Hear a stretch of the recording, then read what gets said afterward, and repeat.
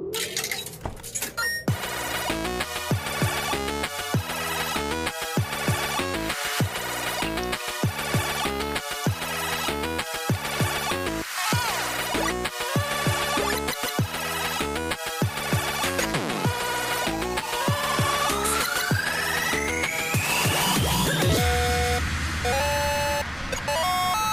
guys, machinamechlord here.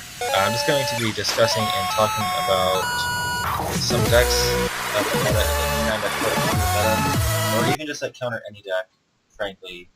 I mean, pretty much it's all about knowing how your opponent plays the deck, what kind of moves that they have that they can make, and what potential there is for them to make in the deck, and what kind of plays they make. So it's really all about knowing how these decks work. Whether you're playing these decks or you're playing against these decks constantly, just trying to learn them. Gotta do what you gotta do. Learn those decks, because once you learn those decks, you have a huge advantage and a huge opportunity over a lot of players. Because if you know what kind of plays people are going to be making, you know exactly what to do to counter it. So like, people always complain about, spellbooks. Spellbooks too good. Spellbooks too good. I don't know how to play against spellbooks. You go to a YCS event. You're gonna see spellbooks. They're always gonna be meta. They're always there. They're gonna be there. So you might as well get to know how to play against them, whether you're fucking dueling them or you're actually playing them yourself. You're gonna need to learn how these decks work and how the main plays of these decks work. And in my whenever I duel these decks and I play these decks, I genuinely, what I like to do is I like to figure out what kind of moves that they play based on what I see people doing. And the more I see people do it, the more I know what plays I'm going to be seeing at these tournaments, or they're playing online on Dueling Network or playing on DevPro. All these moves are going to be made in quite similar ways, and it's quite easy to figure out these moves.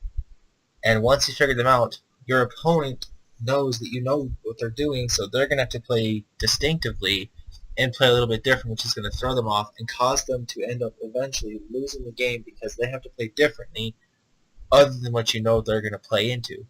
So if you can predict their moves, you can throw them off and throw them just straight down in there. They won't be able to really come back from it, and it just hurts your opponent so much knowing what their moves are. For example, going up against spellbooks, they go for Blue Boy. They're going to search out for They're going to search out for secrets, and secrets search out master. Master copy secrets. Secrets grab fate.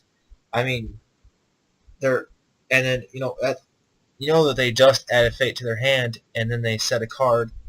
It's probably going to be fate or threatening roar, because those are like the main cards that they set in the deck. If you know the meta builds that people are using, they're probably going to be setting those cards. You go for a Spellbook of Fate, you're going to set it because it's a quick play. You're going to be using it on your opponent's turn sometimes to get over things that are stupid, like getting over, Star Eater or Crimson Blader, or just something like utterly stupid. And the next turn, they're going to follow up with a Priestess. I mean, that's just how it always goes. That's how it always goes. I mean, they always follow it up with a Priestess. That's the general mode. Play Blue Boy for Secrets. Secrets for Master, Master for Fate. Next turn, follow up with Blue Boy. Banish Fate. Pop your cards. Spellbook of Eternity. Add it back. Go for more stuff.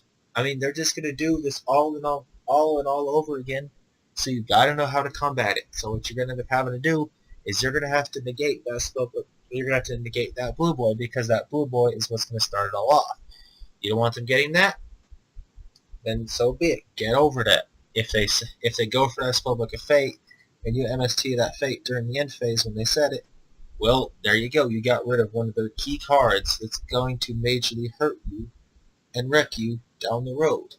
So you're playing against meta, you're playing against spellbooks. MST their Fate as soon as they set it. Don't let it be an available valid card. Kill it while it's dead, because otherwise it's just going to be issue after issue after issue. It's always going to come back to bite you in the ass if you don't. Either that, or just stop that Blue Boy from doing anything. Bounce it. Just negate the effect. Do whatever you got to do. Whether you, like, they summon it, you compulse, they activate the effect, they activate the effect, you compulse, then Fiendish Chain. I mean, whatever you gotta do just to get, I mean, whatever you gotta do to get rid of Spellbook, Magician of Prophecy, you're gonna have to do it. You gotta get over it. Fire Fist, another example of meta, another thing that a lot of people are using. I mean, you want to get over Fire Fist, it's all about knowing what kind of moves they're going to make. It's all self-explanatory. I mean, you know how to make the move, you know what they're going to do. And it's so easy to figure out what your opponent's going to do. You go, they're going to go for Bear. They're going to use Tenki, search for a card. More than likely going to go for Wolf Bark or Gorilla, depending on what you have. You have back row, they're going for Gorilla. You MST that Tenki before they can get it off Bear. Then when they go to attack you with Bear, you stop the attack. Make them go double negative. If they can't deal damage with Bear, they don't search. If they can't search off Tenki, they get slowed, they're out of -1. If you can get rid of that Bear as it's attacking, or stop it from attacking, you've already gone +2 by MSTing your opponent's Tenki. And either, whether it's compulsing that Bear or finish chaining it, you've already gone +2 on your opponent. They've already gone negative. So by that point in time, you've done thrown yourself up there to a point where you have advantage over them, and you can pretty much go in for game at that point because they've already gotten slowed down so much by that play. Same thing with Gorilla. You know, they go Gorilla, they play Tenki. Gorilla goes to attack you. If they try to destroy a monster, you bounce it back or negate the attack or stop them from killing your monster. You know, if you have Waboku you know, they inflict damage to Gorilla, it's whatever, they don't destroy it, they don't plus off Gorilla. So it's all about finding these ways to get over their pluses that's going to allow them to go in for game. I mean, because what they're going to end up grabbing is they're probably going to end up grabbing Tensu or another Tenki off of Bear or Gorilla when they get their effects off. So if you just stop them from attacking or inflicting damage or destroying your monster, you know, you've already caused your opponent to go pretty far negative on that board, and they've pretty much kind of like gone downward. Now 4-axis, that's what you're going to be seeing the most, is those plays. The 3-axis, however, is completely different. I mean, I don't even know why Wolf isn't here. I did not mean to grab Wolf. That's pretty stupid. I was looking for Leopard, and Leopard just didn't want to show. There's Chicken, Spirit, Raven, Wolf.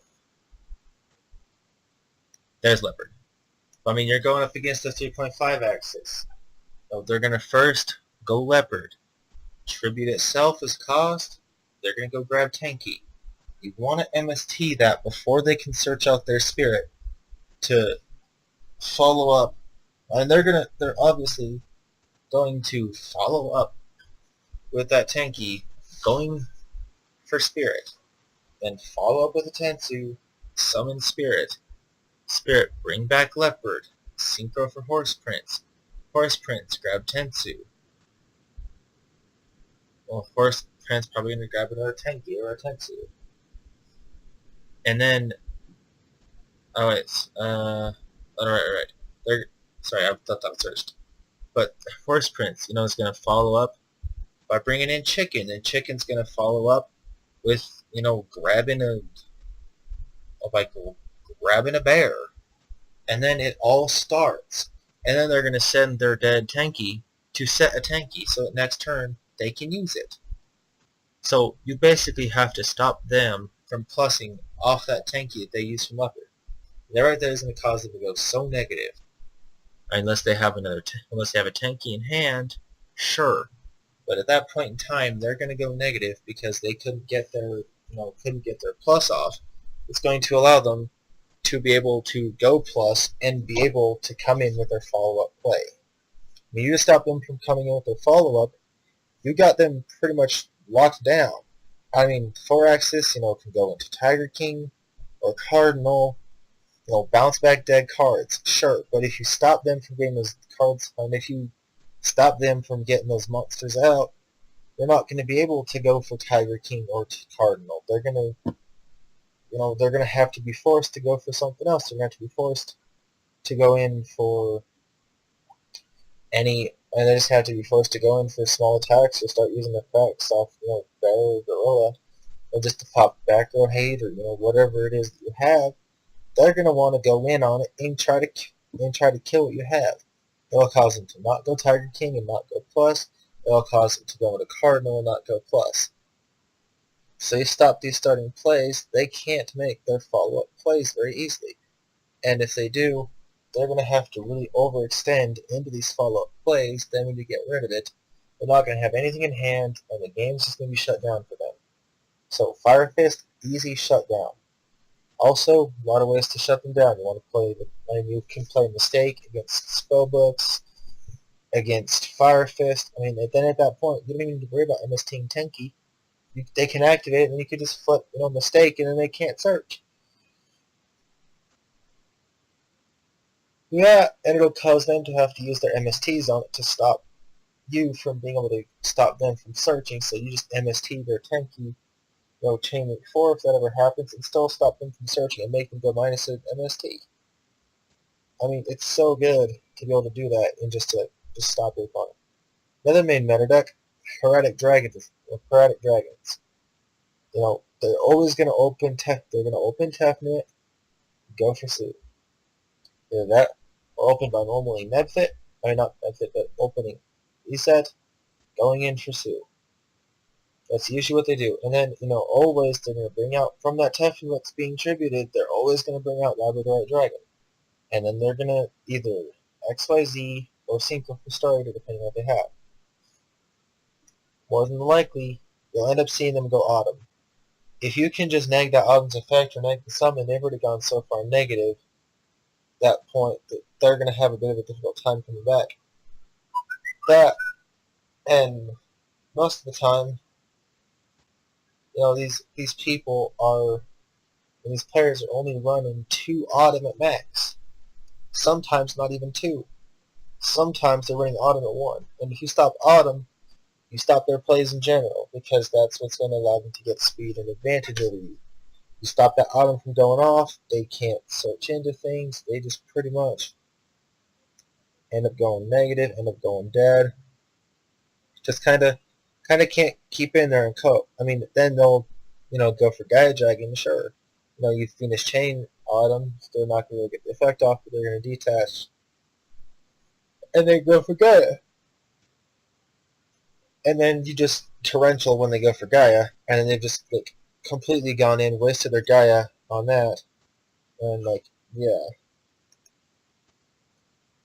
So fun. It's so fun just to really stop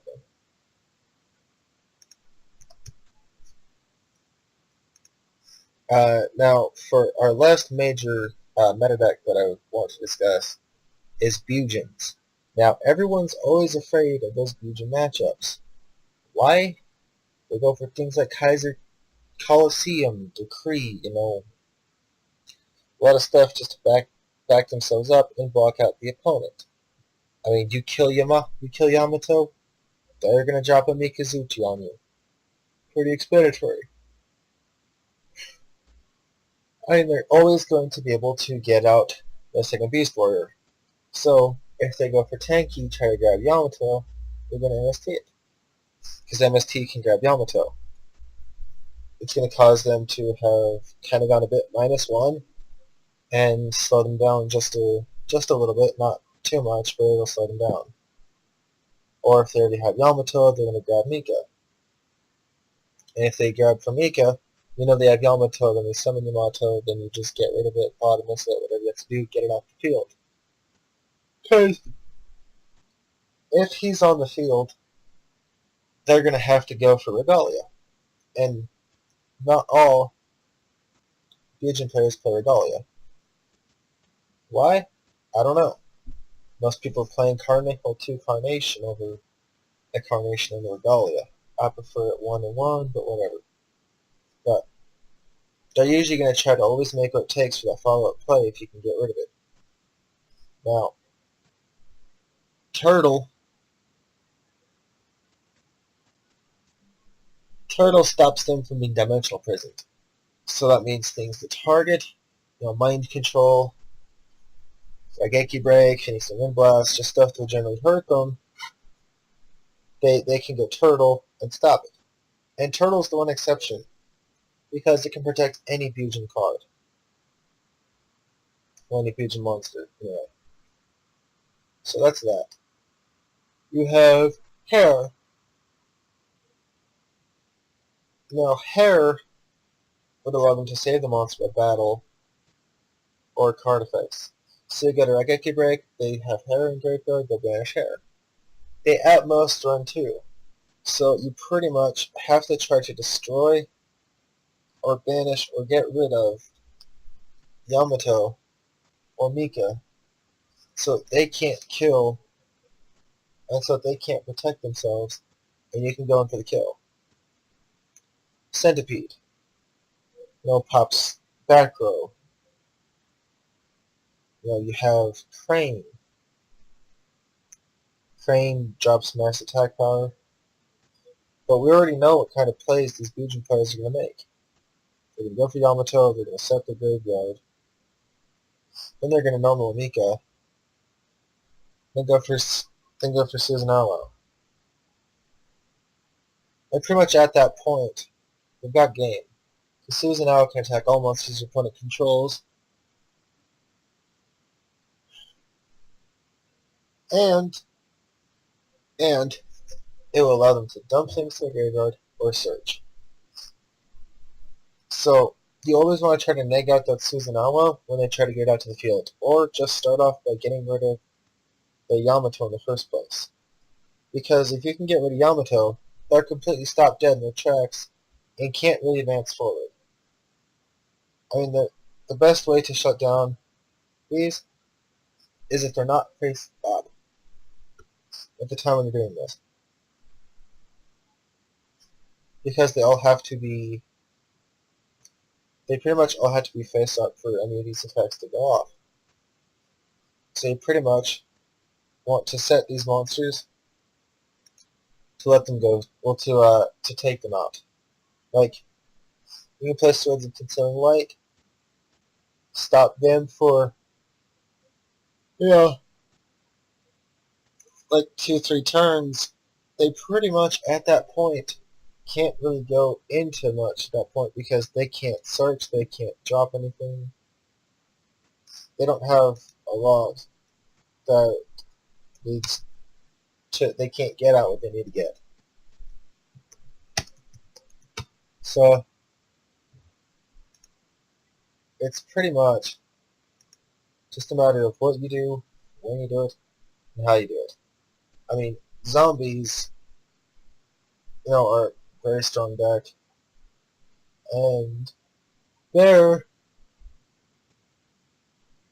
coming in from the graveyard. I mean, you want to know how to shut these guys down. Mermails, all their effects activate in hand and resolve in grave, or they get their discard effects activate in grave.